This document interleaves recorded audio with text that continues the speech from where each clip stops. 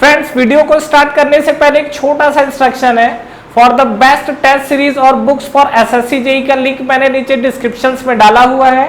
इसके अलावा आप हमारा टेलीग्राम चैनल भी ज्वाइन कर सकते हैं, जिसका लिंक आपको नीचे डिस्क्रिप्शन में और फर्स्ट कमेंट बॉक्स में मिल जाएगा।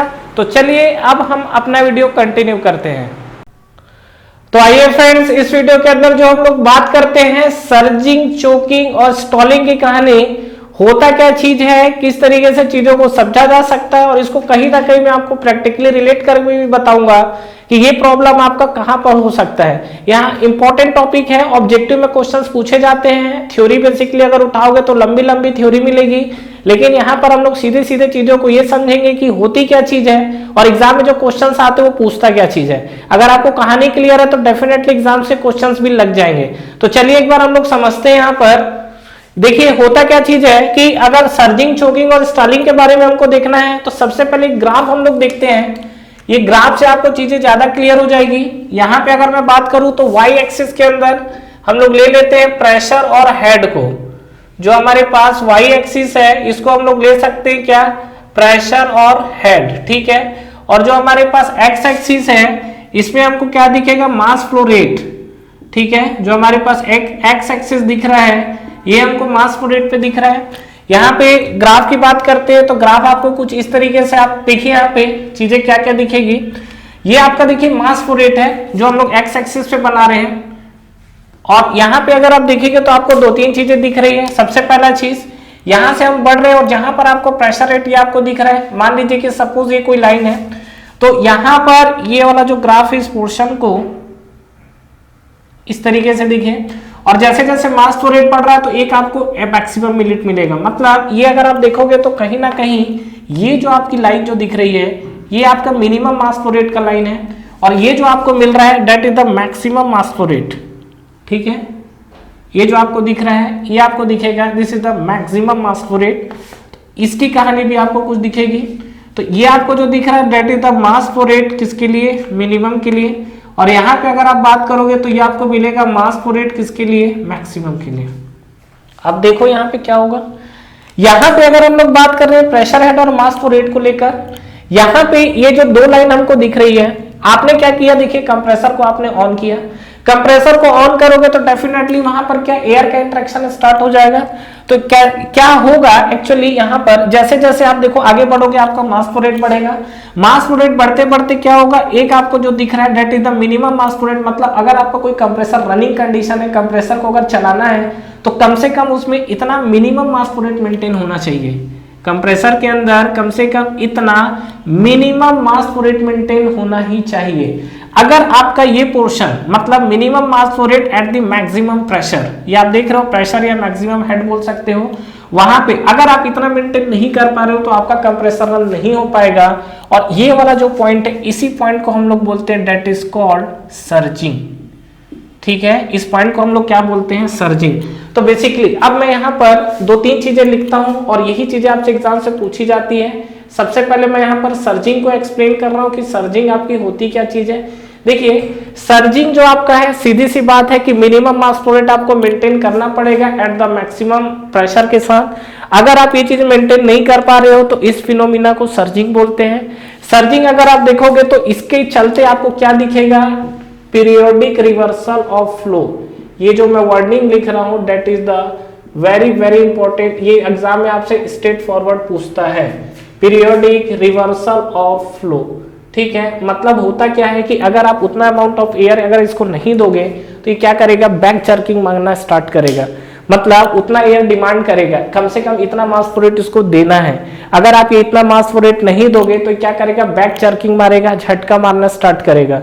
और इसके चलते क्या होता है, सर्जिंग में पीरियोडिक रिवर्सल ऑफ फ्लो मिला। इसका अगर आप रिजल्ट देखना चाहते हो तो इसमें आपको चीजें क्या क्या दिखेगी वो भी मैं आपको बता देता हूं। यहाँ पर इसका जो फाइनली अगर आप रिजल्ट देखोगे तो सबसे पहले आपको दिखेगा लॉस इन एफिशिएंसी, ठीक है। आपकी कहीं ना कहीं जो एफिशिएंसी है लॉस होगी। ब्लेड को डैमेज करने के चांसेस बहुत ज्यादा होंगे, ब्लेड डैमेज, ठीक है। नेक्स्ट अगर मैं बात करूं वाइब्रेशन को तो वाइब्रेशन इसके अंदर आपको वेरी हाई मिलेगा, ठीक है। और सर्जिंग बेसिकली होता क्यों है ये हम लोग समझ चुके हैं क्या, ये सबसे ज्यादा क्वेश्चन एग्जाम में पूछा हुआ है। क्यों होता है surging, what is the reason behind this, तो बोल सकते हैं क्या, ये जो आपका मिनिमम मास फ्लो रेट के कारण, ठीक है, not maintaining proper minimum mass flow rate. तो सर्जिंग जो फिनोमिना है, surging phenomena occurs in minimum mass flow rate, ठीक है, मिनिमम मास फ्लो रेट, ठीक है।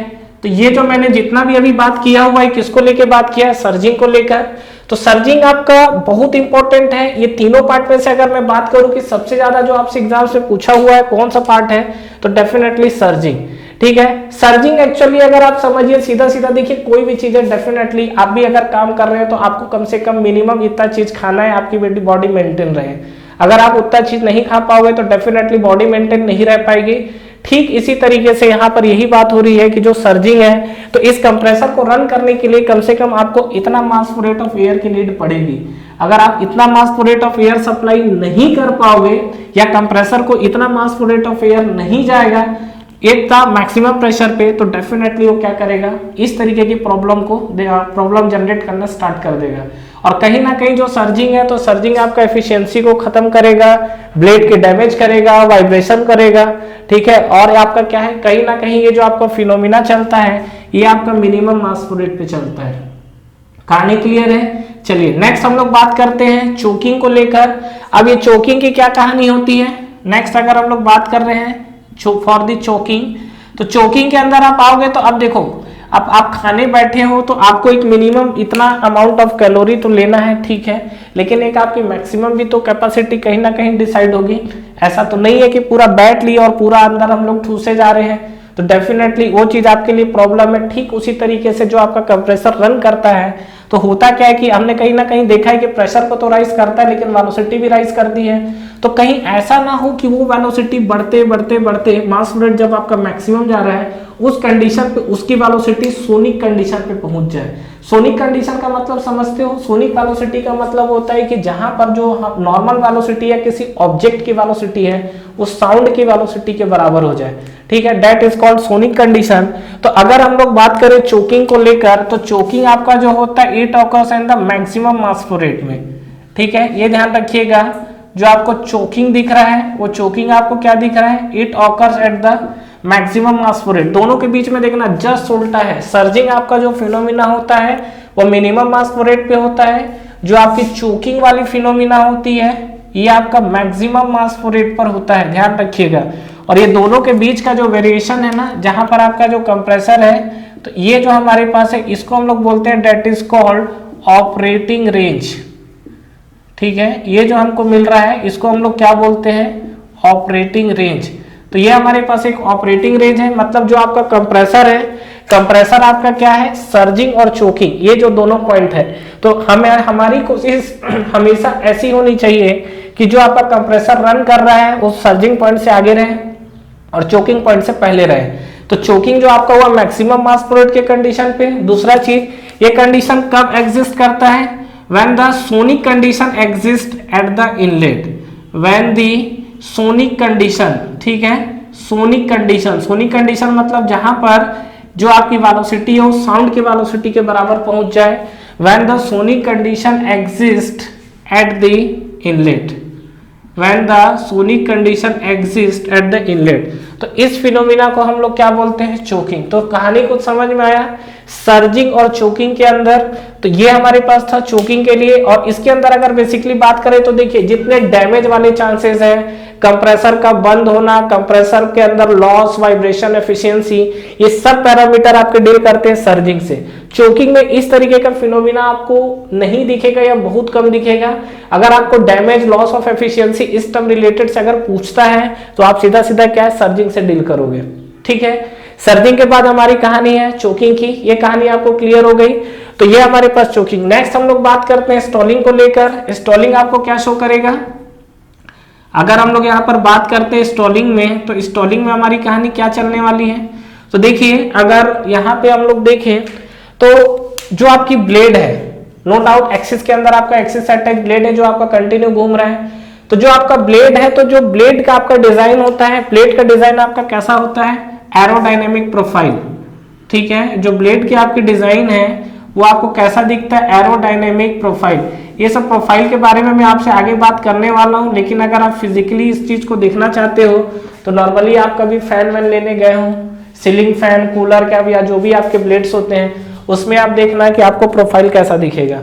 तो जो आपके ब्लेड्स के डिजाइन है उस ब्लेड के डब्बे के ऊपर लिखा लगता है एरोडायनेमिक प्रोफाइल। कुछ नहीं है, नॉर्मल कंडीशंस पे बता रहा हूं। ये एक प्लेट है, इसको बेंड करके इस तरीके से ब्लेड बना रहे हैं और इसको मैं कुछ इस तरीके से ट्विस्ट और कर दूं तो ये आपका कर्व शेप ले लेता है एरोडायनेमिक प्रोफाइल। ये डिपेंड करता है कि आपका एप्लीकेशन कैसा यूज हो रहा है, उसके हिसाब से डिजाइन होता है। कितना प्रेशर तक हम लोग उसको डिजाइन कर सकते हैं, मतलब किस प्रेशर के लिए आपका अलग अलग प्रेशर रेंज के हिसाब से ब्लेड आपके अलग अलग डिजाइन होते हैं। अब होता क्या है कि जो भी आपका कंप्रेसर है उसके ब्लेड का प्रोफाइल आपने कैसा रखा हुआ है, एरोडायनेमिक प्रोफाइल रखा हुआ है। तो जब आपके क्या है फ्लूइड पार्टिकल जब उस ब्लेड से टकराते हैं तो इस एरोडायनेमिक प्रोफाइल के कारण क्या होता है, जो ब्लेड पार्टिकल होता है डेफिनेटली ब्लेड एयर जो पार्टिकल है वो जितना देर ब्लेड के कांटेक्ट में रहेगा, जैसे मान लीजिए कि आपका ब्लेड का डिजाइन है तो ये जितना देर आपका एयर पार्टिकल ब्लेड के कांटेक्ट में रहेगा डेफिनेटली उतना ज्यादा एनर्जी गेन करेगा। समटाइम्स क्या होता है इस एरोडायनेमिक प्रोफाइल के अंदर ये जो एयर के पार्टिकल है ना वो पूरे के पूरे सरफेस के साथ पूरे टाइम तक, मतलब जितना देर इसके कांटेक्ट में रहेगा उतना एनर्जी लेगा, लेकिन ये पूरे टाइम तक क्या है पूरा एनर्जी नहीं ले पाता, मतलब कांटेक्ट में रह ही नहीं पाता है। क्यों नहीं रह पाता है, due to this aerodynamic profile. और बस यही प्रॉब्लम क्रिएट कर जाता है। उसके चलते क्या होता है कहीं ना कहीं आपकी एनर्जी का लॉस होगा। तो इस फिनोमिना को हम लोग क्या बोलते हैं, स्टॉलिंग। तो मतलब आप बोल सकते हो क्या कि separation of the fluid particle from the blade. अगर मैं स्टॉलिंग को सीधा सीधा डिफाइन करूं तो स्टॉलिंग को हम लोग सीधा सीधा क्या बोल सकते हैं, स्टॉलिंग को हम लोग सीधा सीधा क्या बोल सकते हैं, ठीक है, सेपरेशन ऑफ द, यहां पे लिख देते हैं separation of the fluid particle, separation of the fluid particle from the plate, separation of the fluid particle from the plate। ठीक है, अब ध्यान रखना मैंने आपको 2-3 क्लास पहले 2-3 लेक्चर्स अगर आप पहले जाओगे तो वहां पर हमने स्लिप का भी कंसेप्ट पढ़ा हुआ था, याद है स्लिप का कंसेप्ट। वहां भी आपका क्या है जो आपके फ्लूइड पार्टिकल है वो ब्लेड का कॉन्टेक्ट सरफेस छोड़ रहा था, लेकिन वहां पर क्या फिनोमिना था, रीजन क्या था, वहां पे था ड्यू टू इनर्शिया इफेक्ट। मतलब जो ब्लेड और एयर पार्टिकल के बीच में अगर इनर्शिया इफेक्ट के कारण कांटेक्ट हट रहा है तो उस फिनोमिना को बोला जाता है स्लिप। और यहाँ पे अगर आपका एरोडायनेमिक प्रोफाइल के चलते ब्लेड और सरफेस का कांटेक्ट हट रहा है तो इस फिनोमिना को हम लोग क्या बोलते हैं, स्टॉलिंग। तो कहानी समझ में आया, ध्यान रखिएगा चीजों को, कंफ्यूज होने वाली चीजें नहीं है, आपको समझनी है चीजें, जो भी चीजें मैं आपसे डिस्कस कर रहा हूं। तो यहाँ पर बेसिकली इस वीडियो के अंदर हमने सर्जिंग, चोकिंग और स्टॉलिंग की कहानी देखी है। सर्जिंग का सीधा सीधा अभी तक जो सबसे ज्यादा एग्जाम्स में क्वेश्चंस पूछा हुआ है ये सर्जिंग में, ये आपका क्या होता है, मिनिमम मास फ्लो रेट पे होता है। जो आपकी चोकिंग होती है, चोकिंग आपकी मैक्सिमम मास फ्लो रेट पे होती है। और बाकी स्टॉलिंग की कहानी तो आप समझ ही गए हैं। तो ये आपके सर्जिंग है, ये आपके चोकिंग है, और ये दोनों के बीच का जो रेंज है उसको हम जो हमारा ऑपरेटिंग रेंज होता है, और यहाँ पे आपका ये मिनिमम मास फ्लो रेट है और ये आपका मैक्सिमम मास फ्लो रेट है। क्लियर है, तो ये चीजों को ध्यान से समझिएगा। तो फ्रेंड्स कहीं ना कहीं इस वीडियो के अंदर जो हमने बात किया है सर्जिंग, चोकिंग और स्टॉलिंग को लेकर, कंफ्यूज होने वाली बात नहीं है, आपको डेफिनेटली ये चीज क्लियर हुआ होगा। और बहुत इंपॉर्टेंट पार्ट है, एग्जाम में यहाँ से क्वेश्चंस पूछे जाते हैं। तो ठीक है फ्रेंड्स, यहाँ पर हमारी जो कंप्रेसर की कहानी होती है वो होती है समाप्त। और अभी तक हमारा जो फर्स्ट चैप्टर चल रहा था कंप्रेसर के लिए, बेसिकली इस कंप्रेसर के अंदर हमने 3 पार्ट को कवर किया, 3 टाइप के कंप्रेसर को कवर किया हुआ है। कौन कौन से कंप्रेसर थे, रेसिप्रोकेटिंग कंप्रेसर, सेंट्रीफ्यूगल कंप्रेसर और फाइनली एक्सियल फ्लो कंप्रेसर। और ये तीनों कंप्रेसर को हमने डिटेल में यहाँ पर देखा हुआ है। Thank you so much for watching this video.